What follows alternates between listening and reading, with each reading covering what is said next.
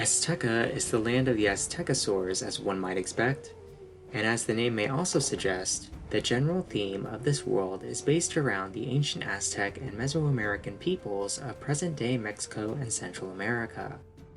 And it is here in the presentation of real-world influences that I believe Azteca shines the most.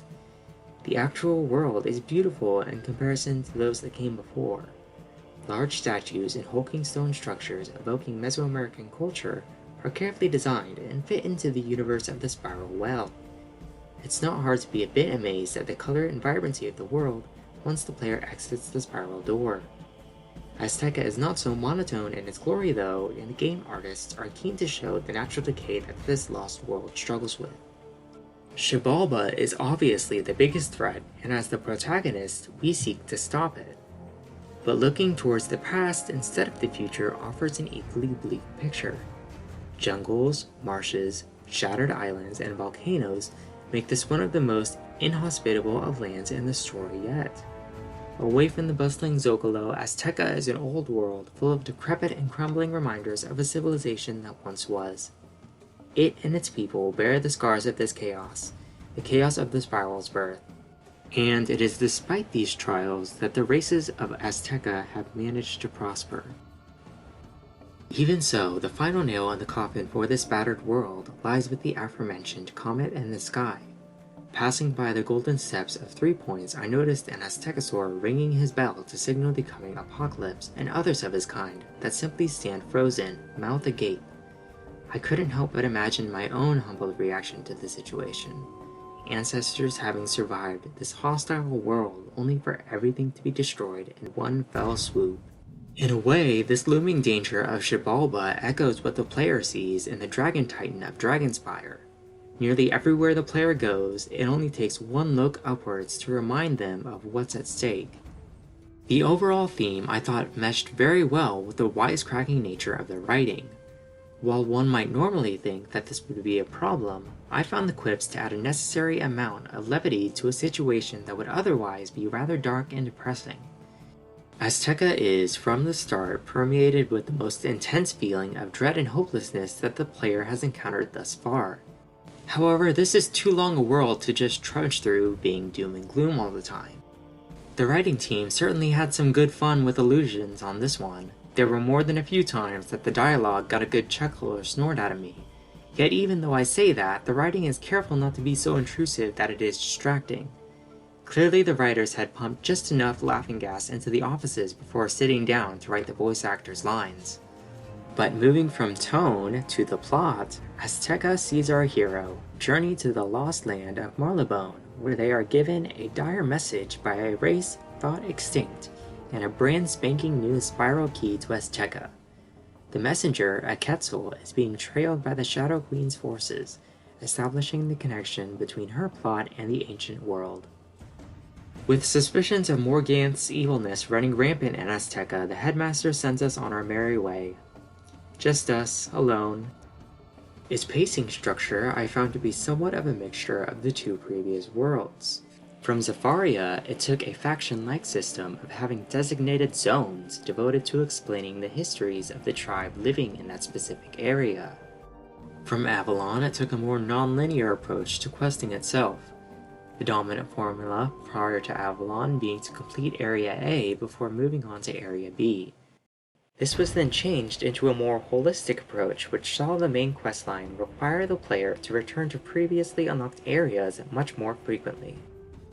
I do wish these elements had been further explored though. For instance, I thought that the politicking between the tribes in Zafaria was used far too sparingly. This world tries to wiggle in some of that same atmosphere, but again I can't help but feel as though this was a missed story opportunity. And thus I arrive at gameplay proper. This was the slog.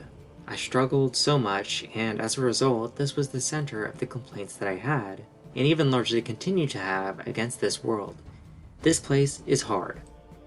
I can blow through the first arc of worlds without a single death easy peasy, but this world defeated me. For some background, I started Celestia for the first time in 2016 and probably got a right good smackdown from the first couple of street mobs. It was at this point that I started to take battles more seriously. I got into the routine that most high-level wizards know by heart. Blade, AoE, repeat. Maybe throw in a shield or a feint if you need. And with that I managed to work my way through Celestia, Zepharia, and Avalon, albeit with a greatly increased death counter as compared to my time in the first arc. Then I'm in Azteca and suddenly I'm beating my head against the wall just a wee bit too much. Enchant, Blade, Attack was just not cutting it enough of the time to keep me sane. This brings me to my next gripe, critical and block.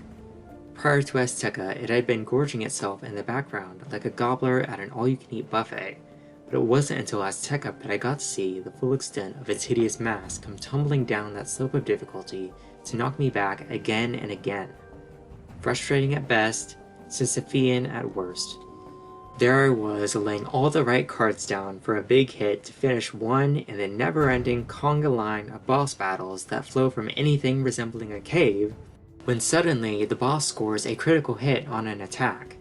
Then, like a good little boy, I have to get out my prayer beads and pray to Art and Jesus that I block it, otherwise the fight is almost inevitably lost. Flee, potion, port back in.